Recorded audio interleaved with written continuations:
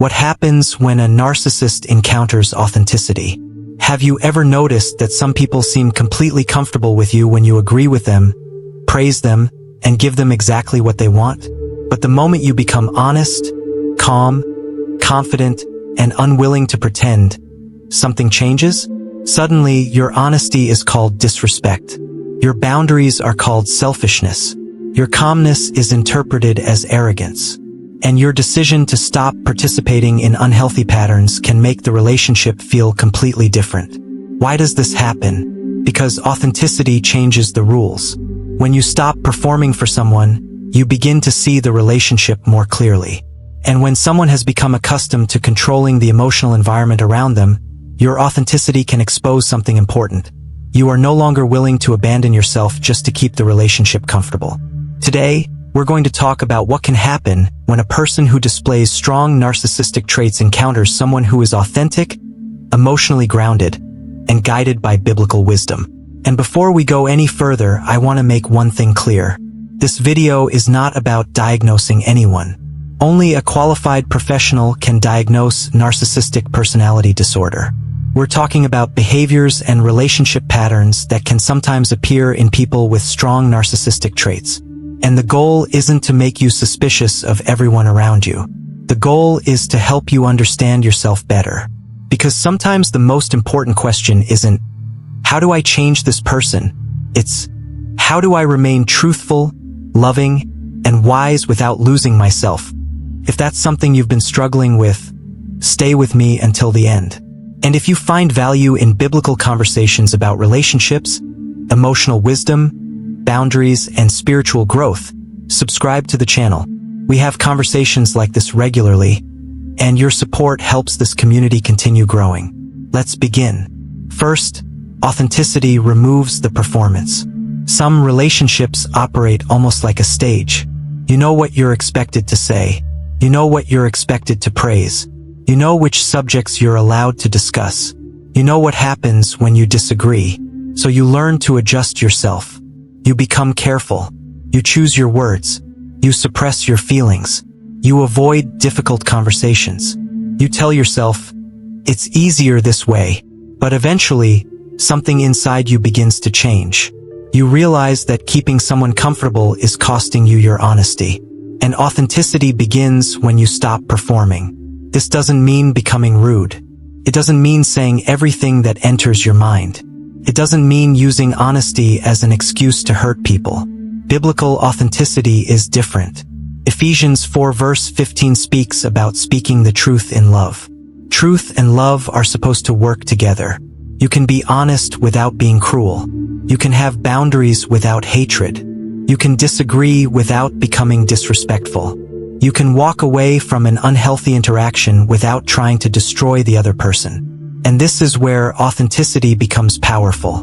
You no longer need to manipulate the other person into liking you. You simply become committed to walking in truth. For someone accustomed to receiving constant validation, that change can feel very uncomfortable. Because suddenly you're not playing the same role anymore. You're not constantly agreeing. You're not constantly apologizing for things you didn't do. You're not constantly explaining yourself. You're not constantly trying to prove that you're a good person. You're simply being honest. And sometimes that's when the relationship begins to reveal its true condition. Second, authenticity can expose the difference between connection and validation. Healthy relationships need mutuality. Both people matter.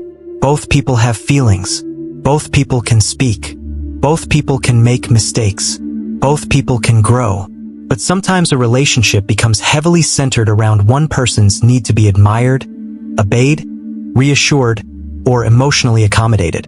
In that environment, authenticity can become uncomfortable. Why? Because authenticity says, I have feelings too. Authenticity says, I don't agree. Authenticity says, that didn't feel right to me. Authenticity says, I need some space. Authenticity says, I understand your perspective, but I don't accept that behavior. Those statements aren't attacks. They're expressions of personal reality and healthy boundaries. And this is an important lesson for anyone watching this video. You don't have to convince someone that your boundary is reasonable before you're allowed to have it. A boundary isn't a weapon. A boundary is a responsibility for how you will respond. For example, instead of saying, "You are a terrible person and you always manipulate everyone," you can say, "I'm not comfortable continuing this conversation while we're speaking to each other this way. I'll be willing to talk when we can do so respectfully." That's authenticity with self-control. You're not attacking their identity. You're describing your boundary. You're also taking responsibility for your own actions. And that distinction matters. Third, authenticity can make manipulation less effective. Manipulation often depends on confusion. If someone can keep you constantly questioning yourself, you may become easier to influence. You may start asking, "Did I really say that? Was I too sensitive? Maybe I misunderstood. Maybe I should apologize. Maybe I'm the problem." Now, self-reflection is healthy. Christians should be willing to examine themselves. But constant self-doubt is not the same thing as humility.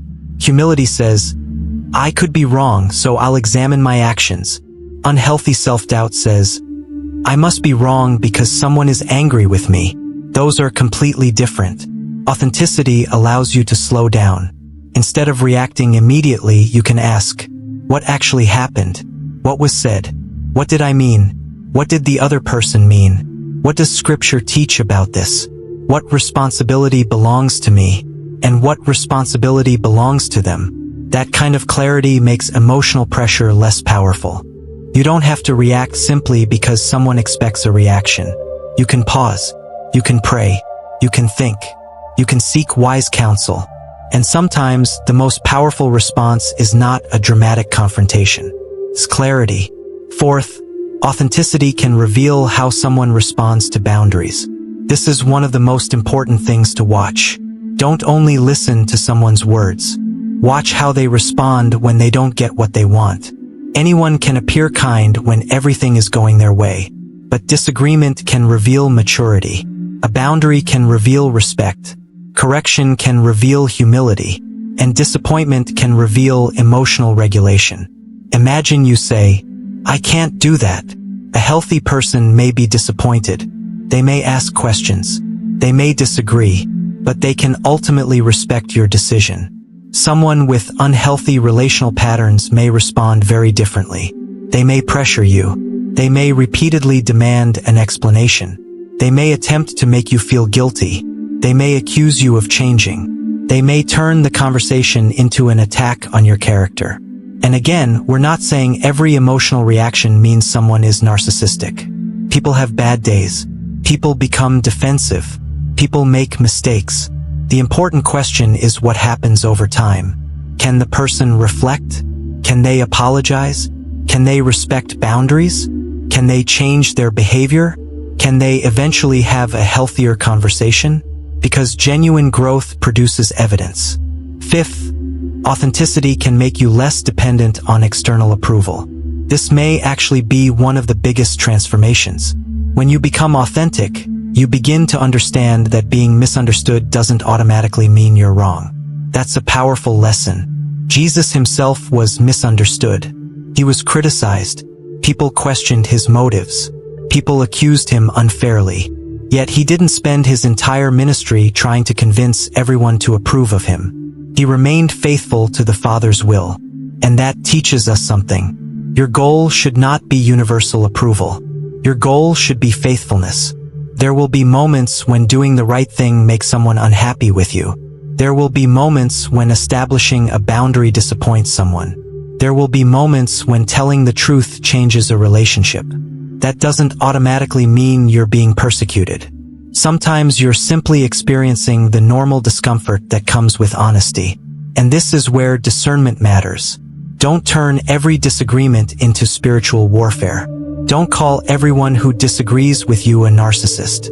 Don't assume every difficult relationship is evidence that you're spiritually superior. Instead, examine your own heart. Ask God to show you where you need to grow. Authenticity isn't about becoming impossible to correct. It's about becoming honest enough to receive correction without losing your identity. Sixth, Authenticity can change the emotional balance of a relationship. When one person has always been responsible for keeping the peace, they may eventually realize something. I have been carrying this relationship by myself.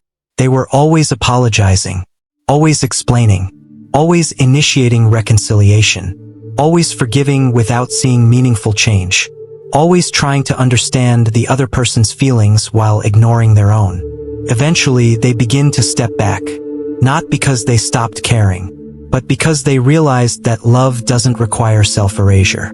This is an important biblical distinction. Jesus taught us to love others, but he never taught us that loving someone means allowing every behavior. Love and wisdom belong together.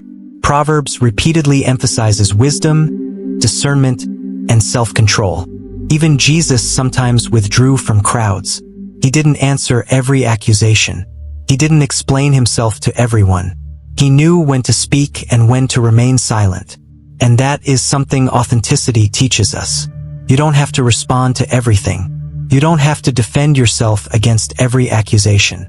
You don't have to win every argument. Sometimes maturity looks like saying less.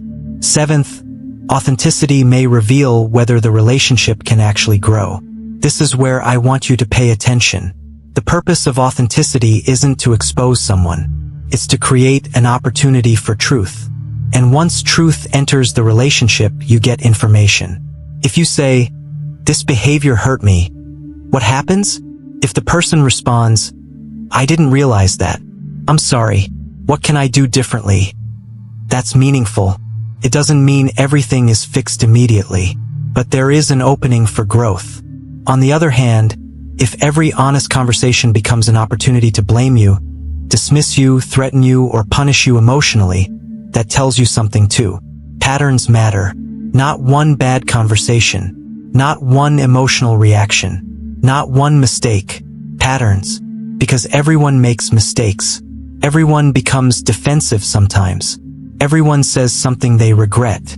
The question is whether the person can recognize the problem and move toward healthier behavior. That's what growth looks like. Eighth, authenticity requires you to stop confusing forgiveness with unlimited access. This is especially important for Christians. Sometimes we hear the word forgiveness and assume it means we must continue allowing someone to hurt us. But forgiveness and reconciliation are not identical. Forgiveness concerns releasing personal vengeance and entrusting justice to God. Reconciliation involves rebuilding trust. And trust normally requires evidence. If someone repeatedly violates boundaries, forgiveness doesn't require you to pretend nothing happened. You can forgive someone and still establish distance. You can pray for someone and still say no. You can love someone and still refuse to participate in destructive patterns. You can wish someone well without giving them unlimited access to your life. That's not hatred. That's discernment. And perhaps someone watching this needs permission to understand that today. You don't have to become bitter. You don't have to retaliate. You don't have to expose the person publicly. You don't have to create a campaign against them. You don't have to convince everyone that you're right. Sometimes your responsibility is simply to walk in truth and allow God to handle what you cannot control. Ninth, authenticity can bring you peace because you're no longer constantly managing someone's perception of you. Think about how exhausting it is to constantly ask, "Are they upset? Did I say the wrong thing? Do they still like me? Should I apologize? Should I explain myself again? How can I make this person happy?" That kind of emotional management can consume your life.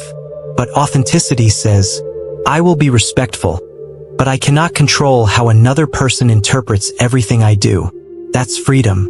Romans 12 verse 18 says, "As far as it depends on you, live at peace with everyone." Notice those words. As far as it depends on you. You have responsibility for your side, not someone else's. You can communicate clearly. You can apologize when you're wrong. You can forgive. You can show kindness. You can set healthy boundaries. But you cannot control another person's response. And understanding that can bring tremendous peace. 10th, authenticity ultimately asks you to become more like Christ, not more like your conflict. This may be the most important point of the entire message. If someone treats you poorly, you don't have to become harsh. If someone manipulates you, you don't have to become manipulative. If someone lies, you don't have to become deceptive. If someone seeks revenge, you don't have to seek revenge. Their behavior doesn't have to determine your character. Jesus calls us to something higher. That doesn't mean becoming passive. Jesus spoke truth. Jesus confronted hypocrisy. Jesus established boundaries. Jesus walked away from certain situations. Jesus refused to be controlled by public opinion. But he did all of this without abandoning righteousness. That's the goal. Not simply becoming better at dealing with difficult people. Becoming more grounded in who God has called you to be. So what should you actually do if you find yourself dealing with someone who consistently displays narcissistic or controlling behaviors? First, stay honest with yourself. Don't exaggerate. Don't minimize. Don't rewrite reality simply because you want the relationship to work. Second, communicate clearly. Say what you mean without unnecessary accusations. Third, establish reasonable boundaries. And then follow through consistently. A boundary without consistent action eventually becomes a request that nobody takes seriously.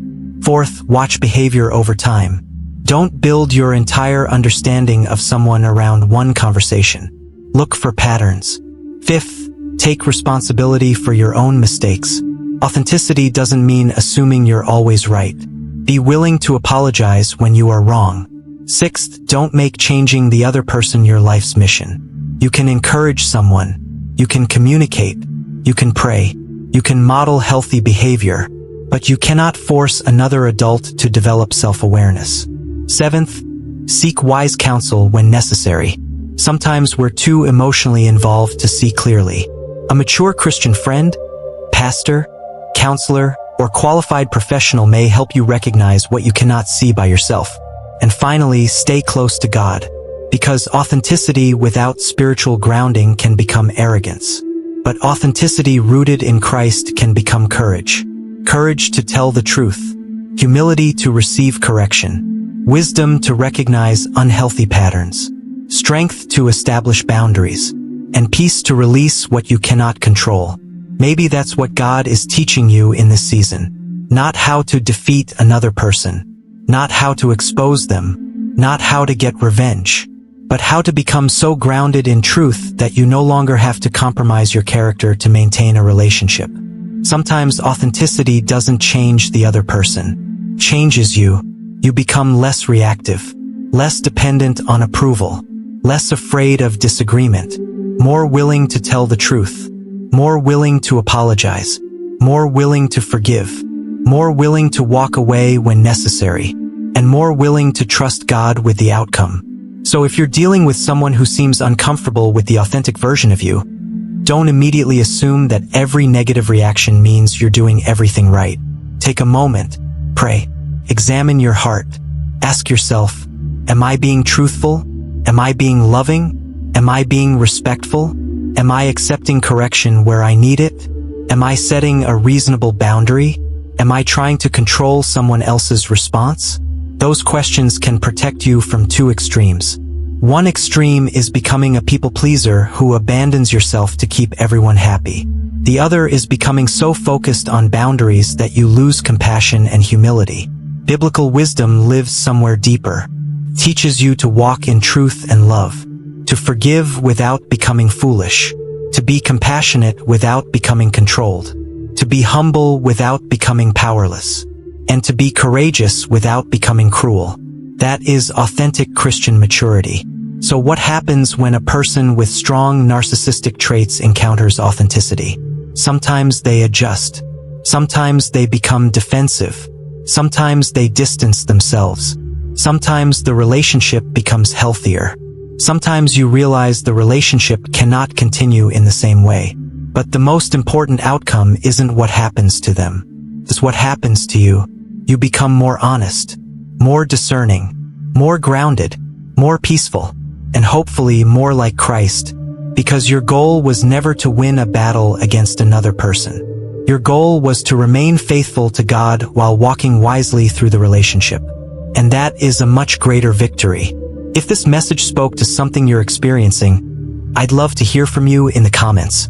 You don't have to share private details. Simply tell me this: what has authenticity taught you about relationships? Has becoming more honest and setting healthier boundaries changed the way you relate to people? Share your thoughts below, because your experience may encourage someone else who is quietly going through something similar.